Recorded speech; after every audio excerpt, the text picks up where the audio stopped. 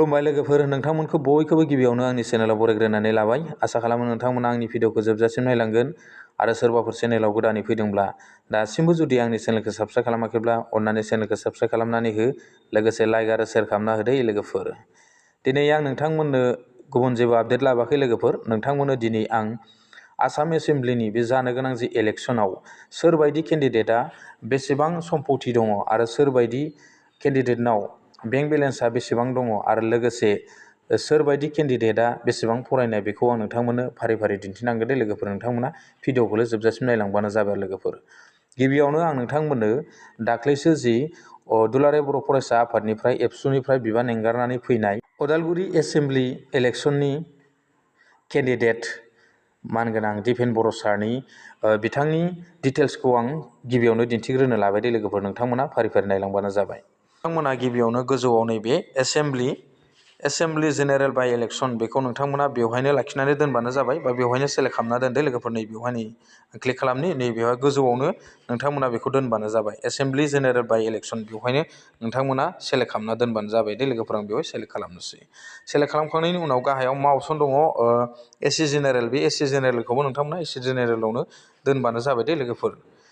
बेनि उनाव नै बेवहाय मा दंबावो, नोंथांनि स्टेट, बे स्टेटखौबो आसामाव दोनबानो जाबाय दे लोगोफोर नोंथांमोना क्लिक खालामनानै।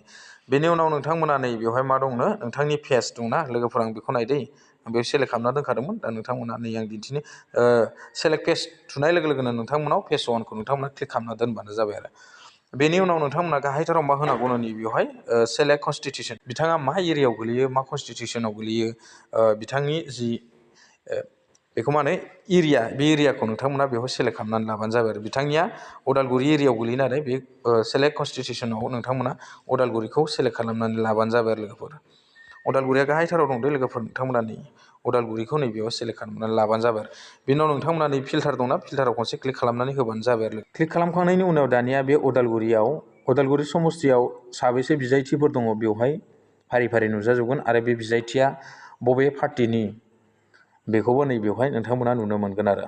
नैबेयाव पार्टिखौ भटार पार्टि नेसनेलनि दङ, बेबायदिनो गोबां दं आरोना। इण्डियान नेसनेल कंग्रेसनिबो दं, बेनिफ्राय बड'लेण्ड पिपल फ्रन्ट्सनिबो दङ, बेवहाय BPF-निबो दङ। बेनिफ्राय नै जों नायनो नागिरनाया जादों दिपेन बर' सारनि, बिथांनि जि डिटेल्स, बे डिटेल्सखौ जों नायगोन आरो बिथाङा बेसे फरायनाय आरो बिथांनि बेंक बेलेन्सआ बेसेबां दं आरो बिथाङा बेसेबां हा दं, लोगोसे बिथांनि एकाउन्टआव बेसेबां फैसा दं बेखौ जों नायगोन आरोना लोगोफोर। दाना नैबे भिउ मराव खनसे क्लिक खालामना होदो। क्लिक खालामखांनायनि उनाव दानिया बिथांनि जि डिटेल्स, बे डिटेल्सआव केन्डिडेट डिटेल्सआ बेवहाय श' जागोन आरो लोगोफोर। बेनि उनाव नोंथांमोनानि गोजौआव गाहायखै बोख्लायलां, बेनि उनाव नै बेवहाय दंना एफिडेभिट 1 दङ ना, बेवहाय डाउनलड दङ, आगदाखैजा बे डाउनलडआव खनसे क्लिक खालामनानै होबानो जाबाय आरो लोगोफोर। आं बेवहाय क्लिक खालामनोसै। क्लिक खालामखांनायनि उनाव बियो माने डाउनलड जासिगोन आरो लोगोफोर ना, दसे समाय लडिं लागोन। नै डाउनलड जाबाय दे लोगोफोर। बेनि उनाव अपेनाव थुनानै होदो। अपेनाव थुखांनायनि उनाव दानिया बिनि जेसेबां डकुमेन्टसफोर दङ बिथांनिया बेवहाय एफिडेभिटआ बेवहाय श' जाजोब्बाय आरो लोगोफोर।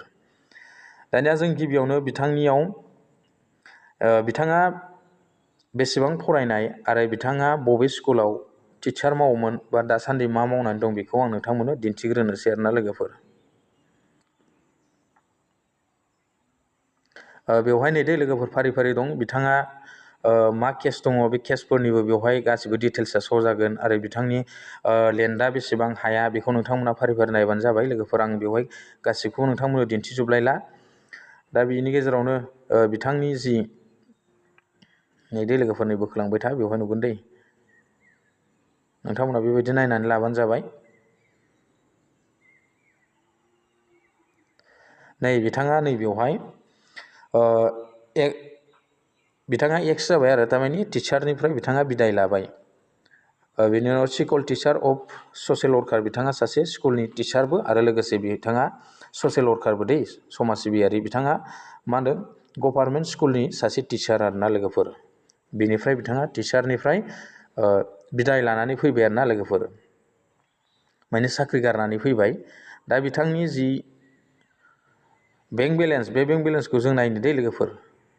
गिबियावनो बिथांनि फरायनायखौ आं नोंथांमोननो खोन्थाहरग्रोनि। बिथाङा बेसेबां फरायनाय बेवहाय बिथाङा MA in English from Guwahati इउनिभारसिटियाव बिथाङा पास खालामदों आरो इंलिश मेजराव बिथाङा पास खालामदों MA बेनिफ्राय बेसेबां मायथाइयाव 2004आव ओमफ्राय B.Ed दङ बिथांनियाव आरोना बिथांनि जि फरायनाय बेखिनिखौ नोंथांमोना मिथिबाय बिथाङा MA पास इंलिश मेजराव आरोना लोगोफोर 2004 मायथाइयाव बिथाङा पास खालामदों आरो दा बिथांनि बेंक बेलेन्सखौ चेक खालामनि लोगोफोर बिथांनाव बेसेबां फैसा दं गोबाङानो साननो हागौ बिथांनाव गोबां फैसा दं आरो गोबाङानो साननो हागौ बिथांनाव बारा फैसा गैया नाथाय बेखौ नोंथांमोना क्लियारलि बेवहाय मिथिगोन आरो बिथांनाव बेसेबां फैसा दं आरो लोगोफोर आं बेखौ नोंथांमोननो फोरमायनि दै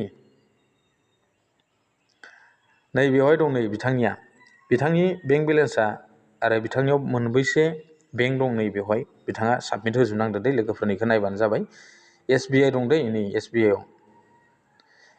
आव बिथांनिया बेसेबां दंनो फार्स्टआव SBI दङ बिथांनिया 55,613 थाखाल' दं SBI एकाउन्टआव बेनिफ्राय UBI इउनाइटेड बेंक अफ इन्डियायाव बे उदालगुरि ब्रान्चनि बेवहाय बिथांनिया बेसेबां दंनो 53,456 मानि फैसा दं आरो बिनाव बेनिफ्राय आरो एक्सिस बेंक दं बिनाव एक्सिस बेंकआवबो उदालगुरि ब्रान्चनिनो बियो बेवहाय बिथांनिया 55,000 मानि 55,267 मानि फैसा दं आरो बिथांनियाव आरो बेनि उनाव बड'लेण्ड बेंक दं बिनियाव बड'लेण्ड बेंकआव बिनियाव 2,000ल' दं दे अनलि 2,000 मानि बिथांनियाव 2,000ल' फैसा दं आरो लोगोफोर बेनि उनाव नै गाहायथाराव दंबावो बिनिया ICC बेंक मानि ICC बेंकआव बिथांनिया बेसेबां दंनो नैबेखौ नायबानो जाबाय नोंथांमोना 2 लाख मानि बिथांनियाव 2 लाख मानि एकाउन्टआव जमा दं आरो ICC बेंकआव दा बिथांनि डिटेल्सखौ मिथिबाय बिथाङा बेसे फरायनाय आरो बिथांनि बेंकआ